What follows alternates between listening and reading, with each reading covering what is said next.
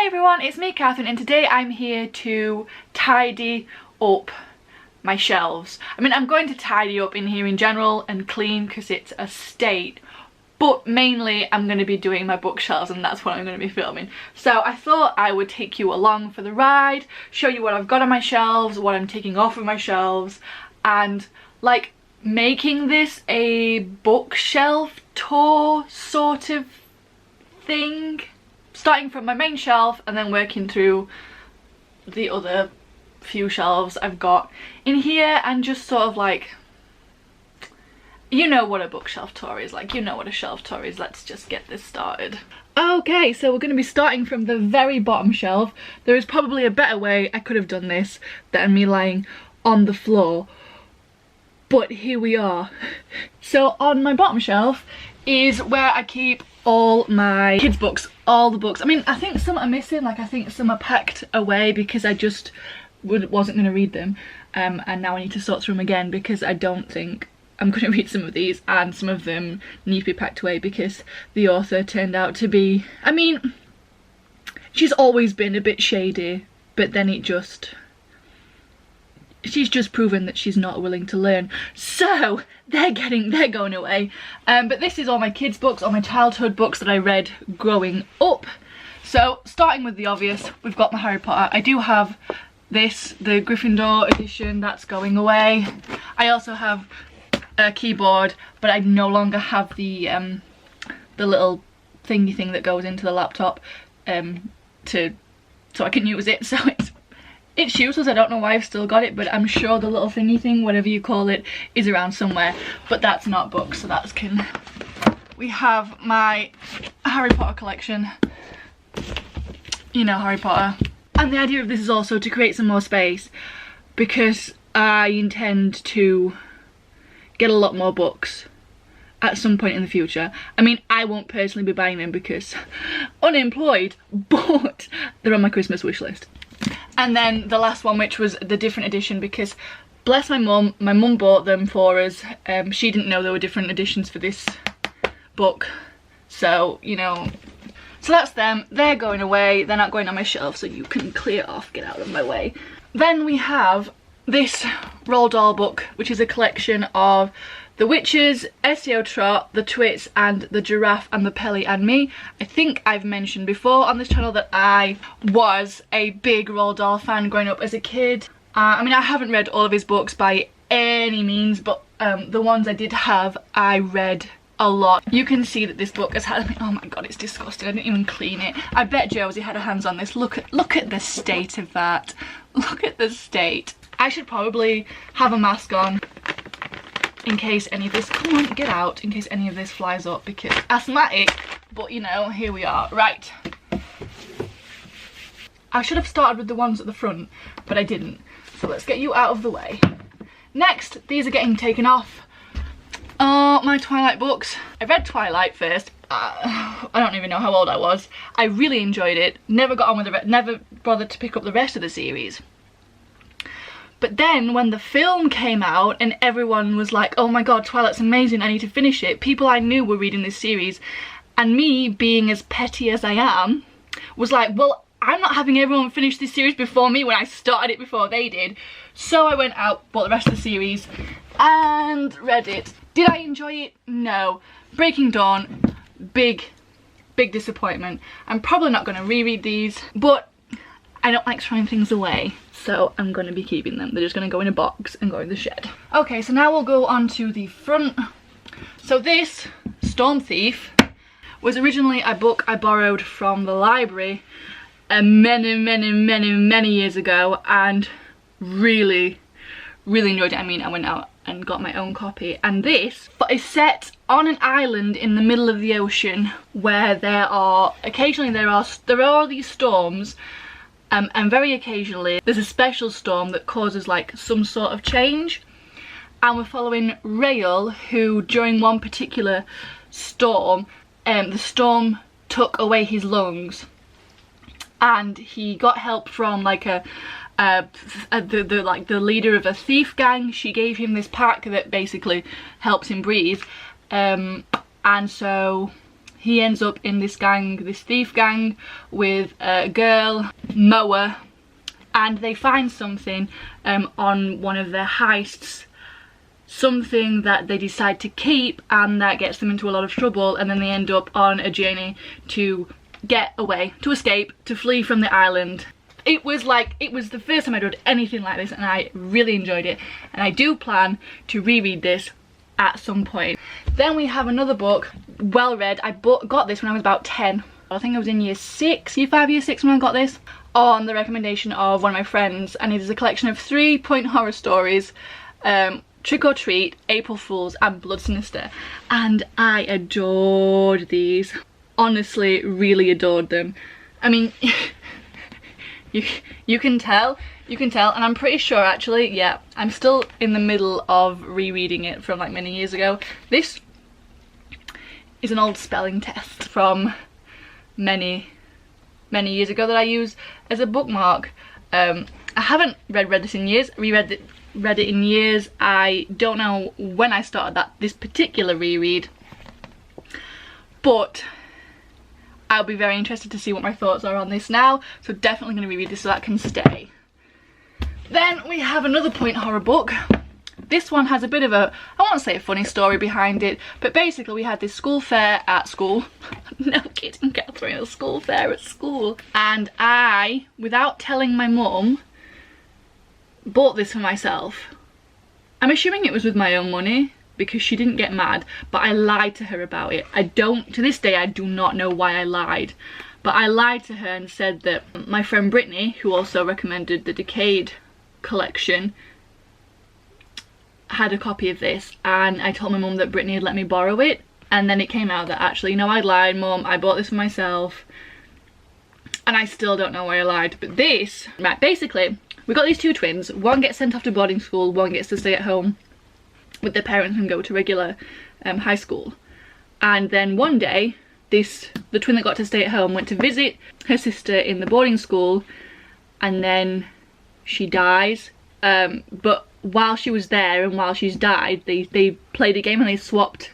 So the twin that was at boarding school, I've forgotten her name, but the one that was at boarding school pretended to be the one that came to visit, and the one that came to visit pretended to be the one that was already at boarding school.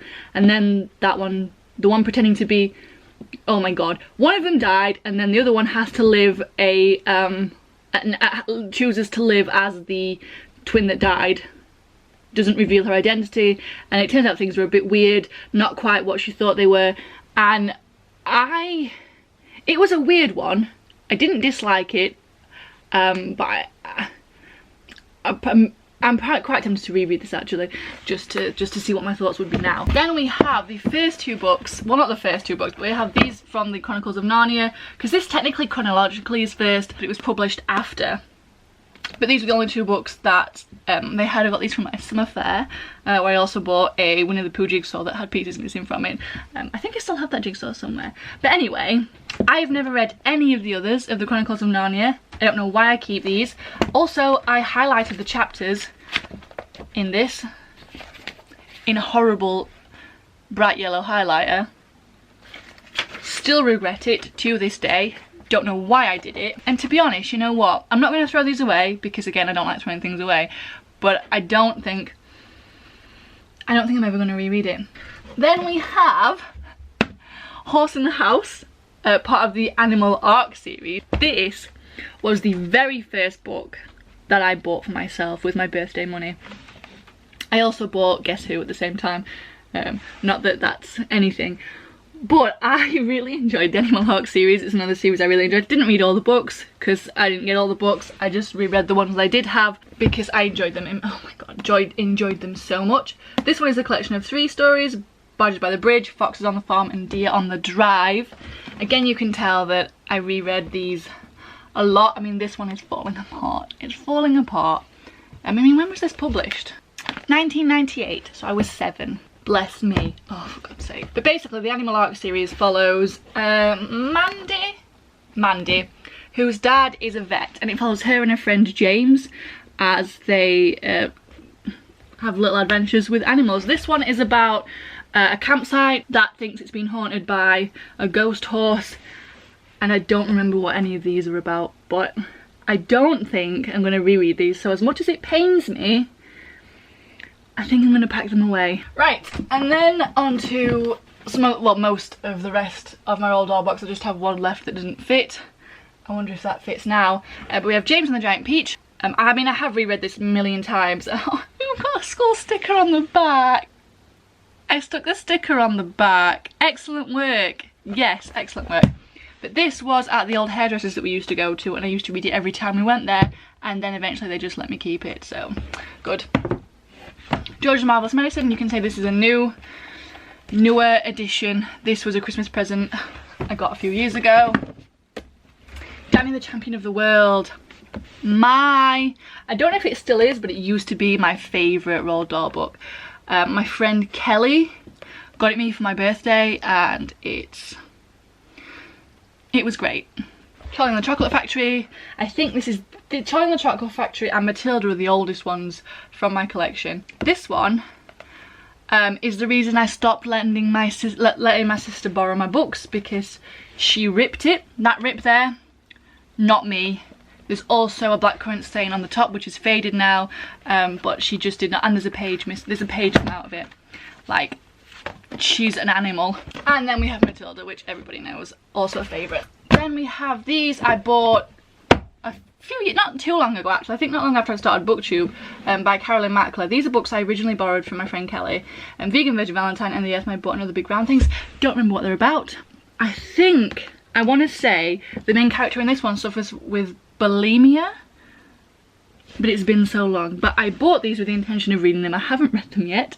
And then we have the entire Confessions of Georgia Nicholson, which I only recently finished. Like, up until I started BookTube, I'd only read up to, was it Startled by His Furry Shorts? I hadn't read the last two in the book, and to be honest, like, these editions are really shiny and really cool, but they scratch so easily. They've got so many scratches on them already. And this is a series I loved as a teenager, like really adored it. I really related to Georgia, really, but I've reread them and Georgia was horrible. She was horrible. I mean, I was a horrible teenager, not gonna lie. Would not want to be friends with teenage me. But these are, I think I would still reread them. Like, even though Georgia's horrible, like, they hold a lot of memories for me, and yeah, I think I would reread them, like, just because they're so quick. I think I read through this entire series in a month. Like, it took no time at all. So yeah. And then, oh, that is it for this shelf. Okay, so shelf up. We have the bits of my kids' book, the couple of kids' books that didn't fit on there. We've also got a couple, like, this is the start of my clutter, because most people hate it. I love clutter. I love filling spaces with shit. This isn't clutter, this is a gift for my friend. It's an IPA scarf. She finished her master's degree just before Christmas last year. I think actually Christmas was when she officially graduated, and I was supposed to go visit her in March. Obviously that didn't happen, so I haven't been able to give this to her, so it's just sat here. And then we have, this was a joke present. I love, you probably see as we get further up, I love like soft toys. So Mum got me this for my birthday. It's you know, what do you call them? You know, my tablet sits on there. A tablet rest, tablet lean. I don't know what they're called. He's adorable. He's called Scout. And his fluffy thick fur keeps him cozy and warm even when he's out in a cold storm. Anyway, not relevant. Oh, we also have this. This was my end calligraphy product from my calligraphy class that I took on my year abroad. I can't remember how to read it. It means this side up. It's what you put on products. You know that this side up, that's what. Because we had to pick a four character thing. I think there's a name for them. I can't remember. It has been too long. That's my name, and that's my stamp that we made from rubbers. It not like there was most people were better in my class, but you know, it's not bad. Not great, but not bad. This sums me up perfectly. Not great, but not bad. Okay, so the final Roald Dahl book I have, the BFG. I used to have a regular edition of the BFG, but it went missing when I went on holiday. Like, I genuinely do not know where it went, because we used to go camping, and it wasn't in the tent because we packed all the tent away, and when we got the tent back out, it wasn't there. It wasn't in my stuff that I packed. It wasn't in the car. But I definitely took it. I do not know. The only other option is someone stole it, but I don't know who. So when this edition came out, this glorious edition, like, I had to have it. It's even got some like extra illustrations in and stuff. Have I read it since I bought it? No, but I love it so much. Right, so this can go on the bottom now that I've cleared all the shit out. There will be some gaps on my bookshelf because I have my TBR pile at the side of my bed, so I don't forget, even though I haven't touched it since I finished the petitions. So we have here A Boy Called Christmas by Matt Haig. This is also really nice. I don't know if you can see the sparkles on the camera, I can't tell, but the writing, all the white bits sparkle, and I actually don't know what it's red because obviously Christmas. But yeah, this is like Matt Haig's Father Christmas origin story book, and I really enjoyed it. I think he's done more in this series since, and I've always meant to get them and just haven't. But now there's space for you on the bottom, so let's get you there. Okay, then we have this little teddy bear. What are you from? I think this is from a birthday cake. You know, the little Me To You birthdays. It doesn't have a name because it's Tatty Bear. Is it Tatty Bear? Is that what he's called, Tatty Bear? On to the books. So I only have 2 series on this shelf. I have the Mortal Instruments series by Cassandra Clare. I don't know what's happened to the top of the pages, but it's really soft and I really like, can you see? But that feels really nice. This was like end of the thing, like this was not.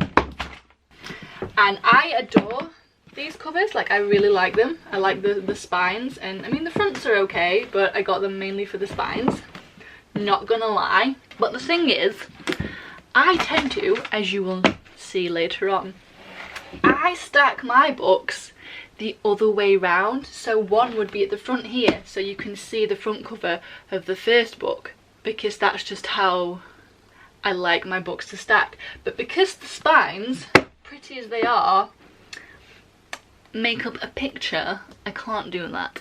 And then we have the Song of Ice and Fire series, the books that I currently have in it, which are the main books in the series. These used to be my dad's, but then my dad passed away 5 years ago and I got these.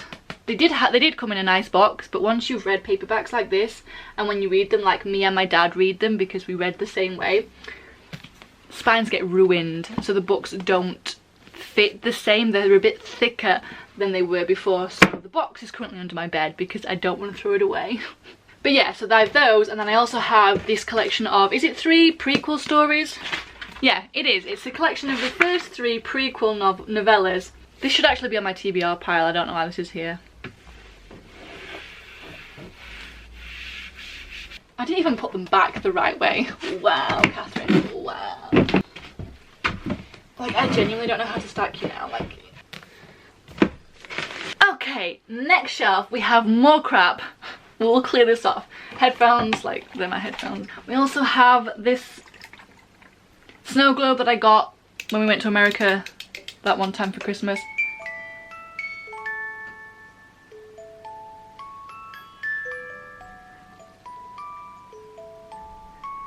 I've done this and now I have to wait for it to finish it. Instant regret. Also, it has an air bubble in it and I don't know how to get it out. If you know how to get air bubbles out of these, like, let me know. This is a paperweight called Kame-chan. Kame is turtle, tortoise in Japanese. So, then we have this little penguin whose name I can't remember. I swear he had a name, and now I can't remember what it is, so I need to think of a new one. I might just call it Grey. It might just be called Grey. Just call you Grey, cause you're grey, but you're so soft and fluffy. Then we have little bear dressed as a unicorn who, I think you're called Pippin. I think the bear's called Pippin. Like, I think that's just the name the bear's called, whatever he's dressed as. Then we have this, which is my old alarm clock from many years ago, which is Bagpuss. I don't use him as an alarm clock anymore. And he used to amuse my niece as well. Oh god, don't do that. And this is what he used to make.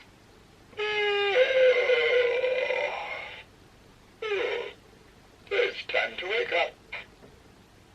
And when Bagpuss wakes up, all his friends wake up too. So it's time for you to wake up as well. You saggy old clock person. Time to wake up. Fun fact, I didn't actually watch or have no memories of Bagpuss, watching Bagpuss as a kid. My older sister used to watch Bagpuss, but she's a lot older than me. You saggy old, baggy old cloth person. Time to wake up. Alright, Bagpuss. Alright, mate. Also, before we get on, cue cards. Got a lot of those, like, just lying around. And then, I also have this from my summer exchange, Japanese summer exchange, that I went on at the end of my first year of uni, and went to Mukogawa, and as part of the thing they took us to the kindergarten that was attached to the university, and we got this as a thank you. As a rule, I don't, well, not as a rule, like, it's not that I don't like kids, it's just that I'm not good with kids. Like, kids are too young to tell me what they want from me, so I don't know what to give them, and I'm like, you know what, just wait till you're older. Wait till you're older, and even then I'm probably not going to talk to you, so. This shelf is for historical and my like crime, mystery. So first up we have Mr. Darcy's Guide to Courtship by Fitzwilliam Darcy. The Secrets of Seduction from Jane Austen's Most Eligible Bachelor. And this is just a really fun thing I got from Chatsworth House. Me and my younger sister used to go all the time, and I usually, like, the gift shop is ridiculously expensive. So, well, not ridiculously, but it's expensive. It's a gift shop, of course it's expensive. And we usually don't buy anything, but one year we went, and we went with a budget and we allowed ourselves to buy some things, but it's got like ridiculous stuff in it. And there's even like oh, where is it? Ask Darcy, in which the author is importuned for his counsel on divers matters of the heart. And it's just a really fun, like, little advertising for a wife, hints for the unfashionable, locating eligible females in town and country, is the lady all she seems. It's just like a fun little thing that's full of, I'm getting pins and needles, I'm gonna have to move. Ow, ow, ow, ow, whoo, whoo. Then we have Pride and Prejudice.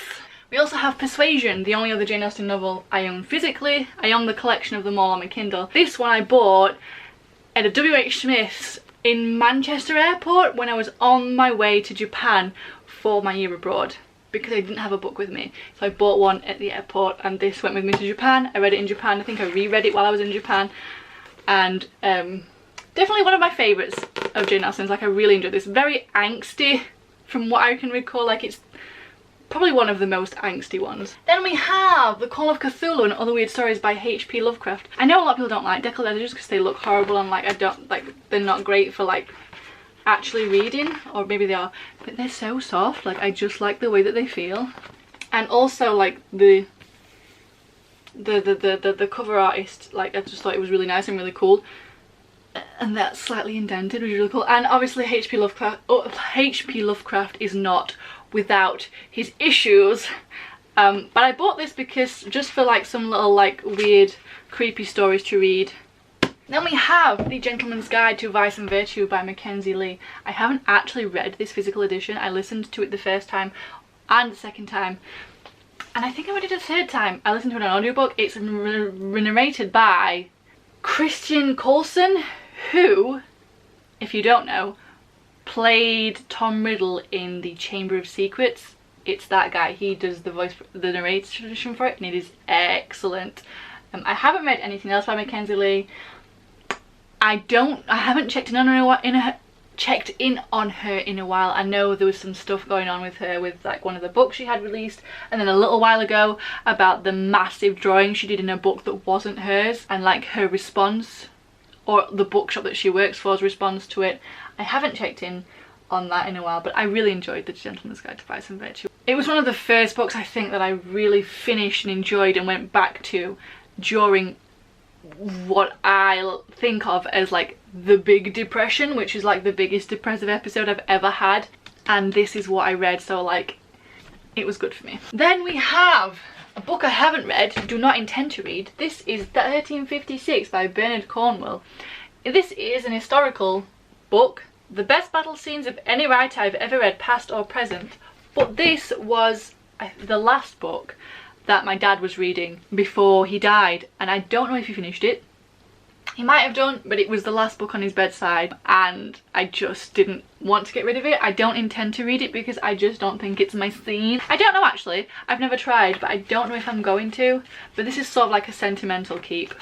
Like, I just wanted to have it just because of the oh wow, I'm about to cry. Amazing, Catherine. It's been 5 years and maybe, who knows, maybe I will read it. Like, is Bernard Cornwell good with history? Like, is it? Nobody in the world does this better than Cornwell, says Lee Child. Lee Child is like a crime writer, right? That's not a... Right, and here is where we're going to probably clear some more space, ideally. First off, we have The Dead Room by Chris Rooney. I have not read this in ages. I really enjoyed it when I did read it, and I think I have reread it, but I've not reread it in many years. In fact, I don't think I've reread it since I started BookTube. I don't know if I'm going to keep this. I think I might put it on like a maybe pile and like reread it and see what I think when I've reread it. Then we have Angels and Demons and the Da Vinci Code by Dan Brown, part of the, what's his name? Tom Hanks. Langdon. Robert Langdon. Like, and you know, Dan Brown, not perfect as a writer, but I really enjoyed these when I read them. But I haven't reread them in a long time, and I don't know if I want to keep them. Like, I've kept them just because I know I enjoyed them at the time. I don't know if I'd still enjoy them, so I think I might put them on a reread thing and reread them and then see how I feel. Then we have The Girl in the Red Coat by Kate Hamer. Fun fact, I believe, if it's not the most, this is one of the most watched videos on my channel. Like, it's a review for this book. So it's got like over 1,000 views, which is insane considering my average is what, I think it's 12. I really enjoyed this when I read it.